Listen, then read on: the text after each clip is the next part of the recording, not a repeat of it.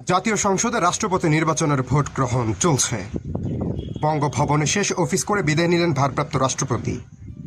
ধানমন্ডি ৩২-এ বঙ্গবন্ধুর জাদুঘর ভাঙচুর, ডক্টর ইউনূস আসিফ সহ ২৭ জনের বিরুদ্ধে মামলার আবেদন। বাংলাদেশের প্রধানমন্ত্রীর ভারত সফরের জন্য দিল্লি অপেক্ষা করছে বললেন দীনেশ ত্রিবেদী। এডিস মশা মরার ৬ ওষুধের ৫টিতেই কাজ হচ্ছে না, ডেঙ্গু বাড়ার শঙ্কা। মুখে খাওয়ার কলেরা টিকা কর্মসূচি উদ্বোধন। কলকাতার আগুনে ৯ মৃত্যু। হোটেল শিখা ইনের ইজারাদার গ্রেফতার।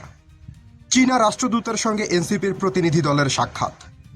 হরমুজে গোপন রুট চালু করেছে যুক্তরাষ্ট্র, প্রতি রাতে বের হচ্ছে ১ কোটি ব্যারেল তেল।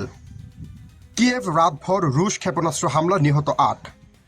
অঙ্কন আমিনুলের দৃঢ়তায় দক্ষিণ আফ্রিকাতে বাংলাদেশ ইমার্জিংয়ে ড্র।